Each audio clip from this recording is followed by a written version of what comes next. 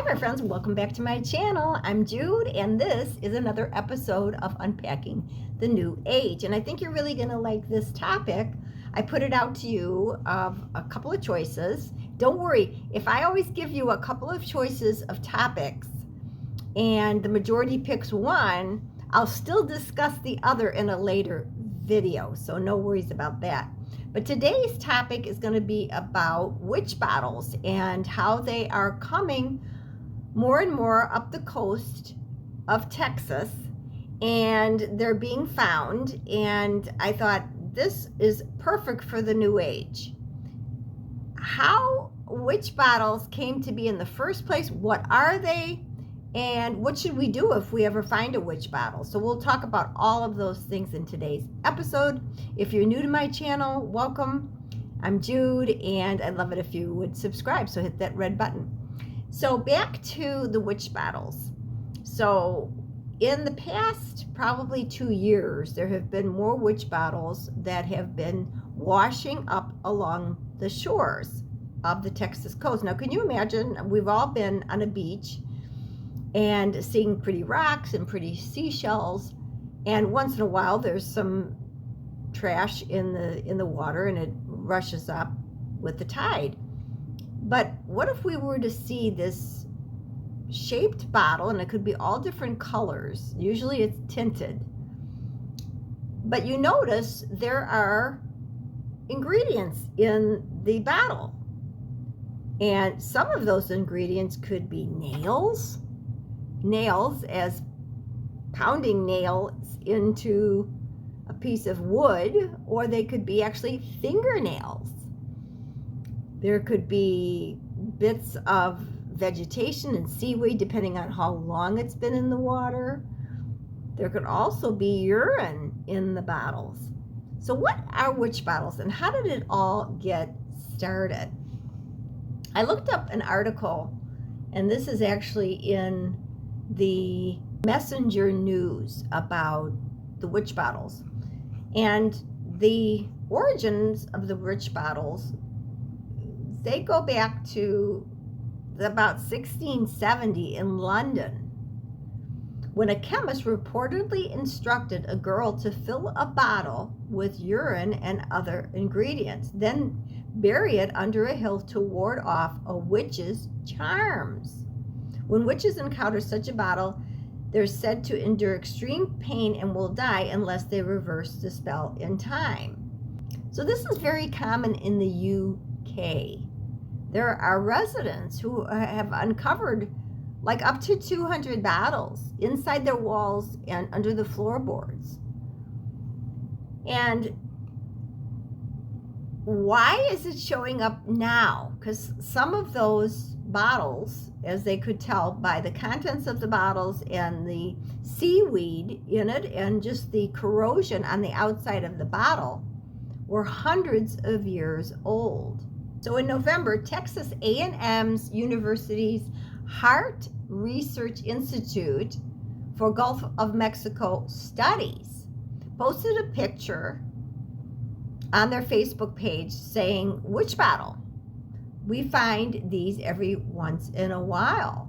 They're counter magical devices whose purpose is to draw in and trap harmful intentions directed at their owners." Jace Tunnell, who is the Institute's Director of Community Engagement, said that he's found about 8 of these bottles over the last few years.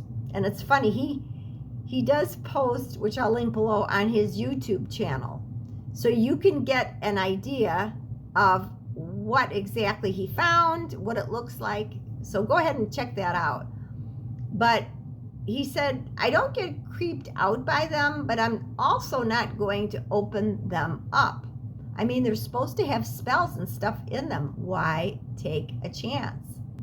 McGill University Office of Science and Society wrote that witch bottles were meant to provide protection from witches' spells. Back in the 16th and 17th century, there was a powerful belief in witches and their ability to cause illness by casting a spell. But the evil spells could be fended off by trapping them in a witch bottle, which, if properly prepared could actually reflect the spell itself, while also tormenting the witch, leaving the witch with no option but to remove the spell, allowing the victim to recover.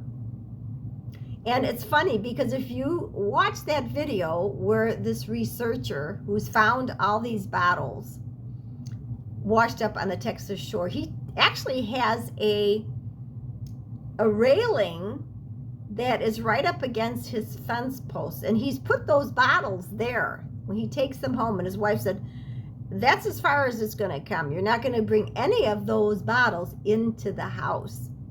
And I love that response, because a lot of people watching this may say, oh, what are you're being just too far gone, thinking there's anything dangerous about this. Well, we have to take it seriously, because whoever, if it was in fact a witch bottle, whoever took the time to put all of those different things in it, human hair, nails, urine, whatever they used in there, and they cork that up, and then they cast it into the water.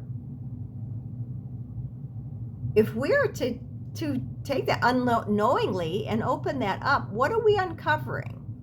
So we do have to take it seriously, and we can't dabble in anything like that that is tied to a witch.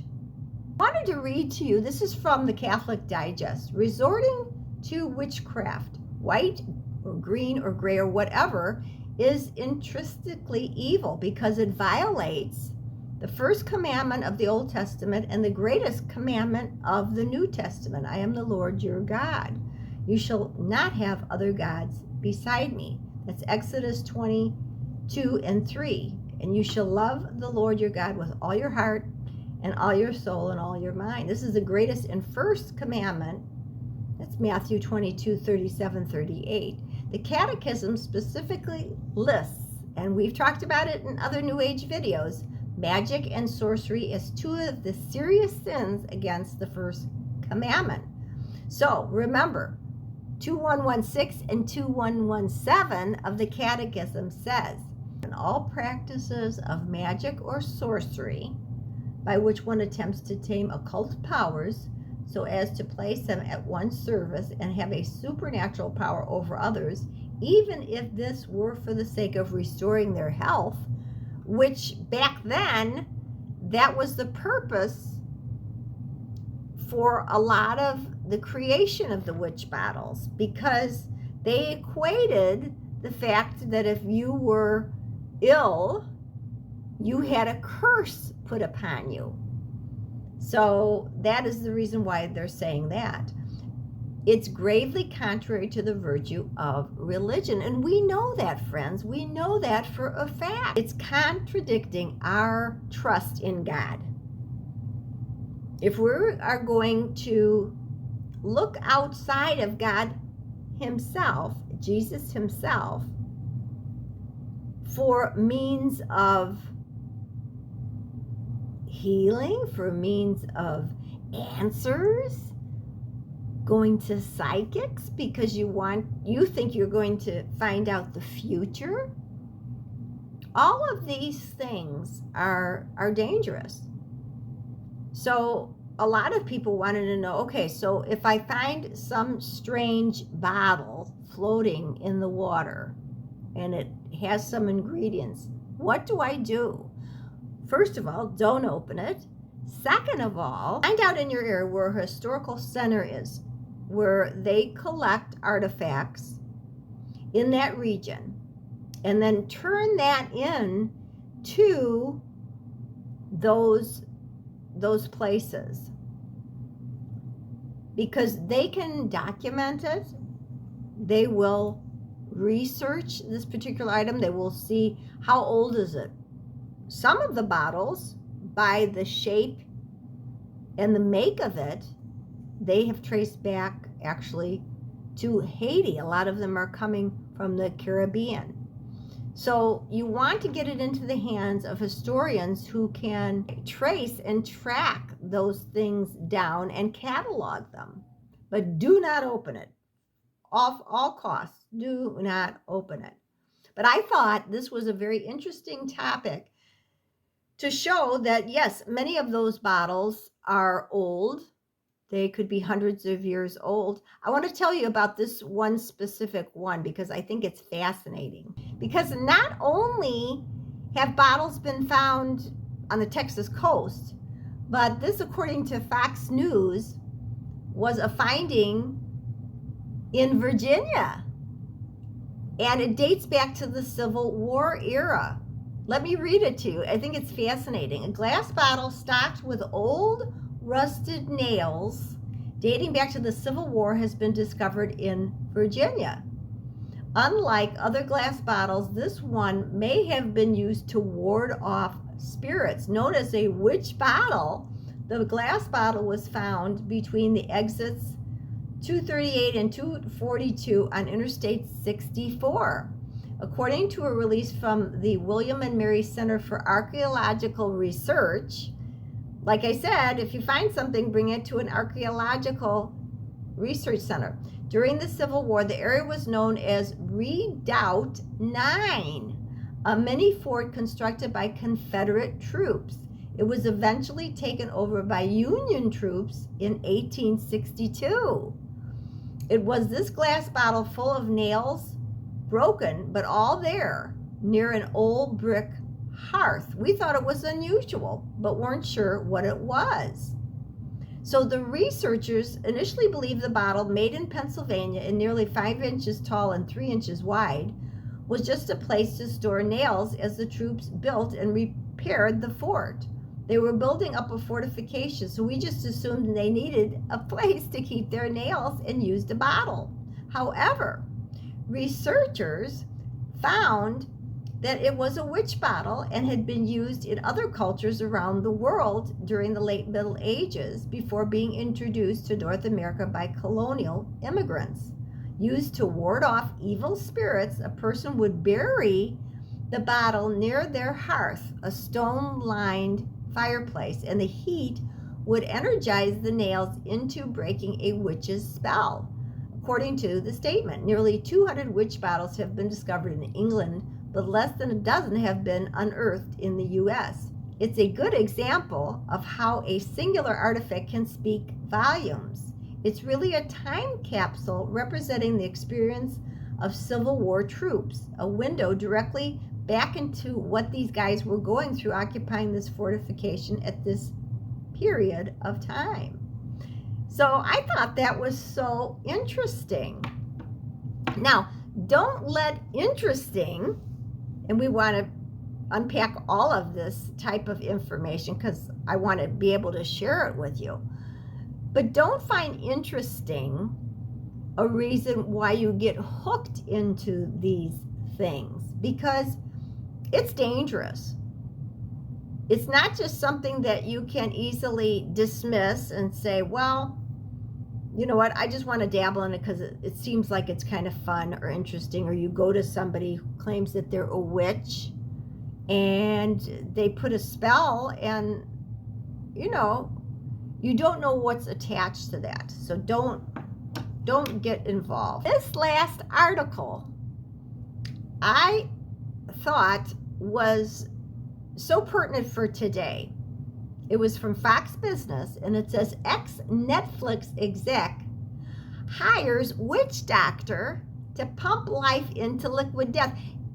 Have you ever had liquid death? Have you ever bought that at the store?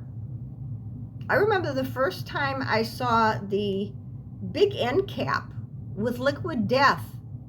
So what is this stuff? Liquid death? I mean, it looked horrid. It looked just so evil and satanic. Liquid death. Why would you drink liquid death? What is it?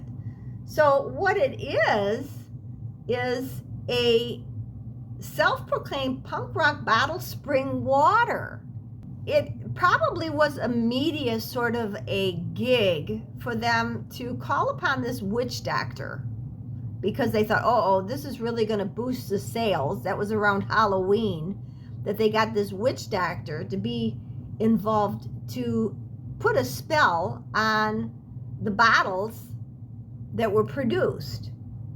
So they hired this Louisiana witch doctor, Mystic Dylan is his name, to cast his spell into Liquid Death's new certified cursed Liquid Death marketing video on YouTube. I haven't watched this video, and I'm not going to link it below. You can look it up on your own if you want to look that up, because I don't want to promote that. But the spooky spokesman's chants in the video, I call on the waters of Liquid Death and curse it with witch's breath. Curse this place, invade this product, invade those who would consume it. Liquid Death is not responsible what the demons do to you if you decide to consume it. Oh, they think that's so funny. And part of the slogan of their products, which shows melting skulls in medieval style fonts, it says, it murders your thirst. Ha ha ha, it murders your thirst. And it's actually a healthy water product. So it was like supposedly tongue-in-cheek that they, came up with this gimmick. It says, as crazy as the name is, it just also makes so much sense for what the product's mission is, to kill your thirst and help bring death to plastic bottles. I mean, that's all in well and good. I'm a recycler. You should see my recycling can. I have 3 times as much as I do in my other trash disposal. But what I'm thinking is, everyone, they tie this together as a gimmick. But a lot of people who unknowingly, they don't know much about it.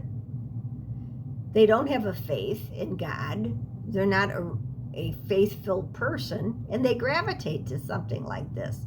So I would never buy that product. It just turned me off when I saw the advertising for it.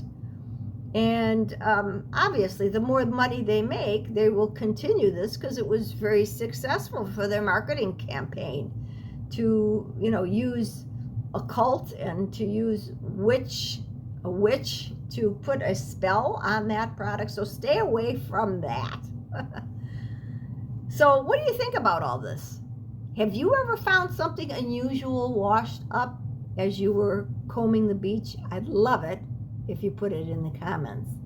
And also let me know, what type of new age topics would you like to see in future videos? So I hope you've enjoyed this episode, and I'll keep looking for more topics to unpack. So stay tuned, and until next time, Shalom.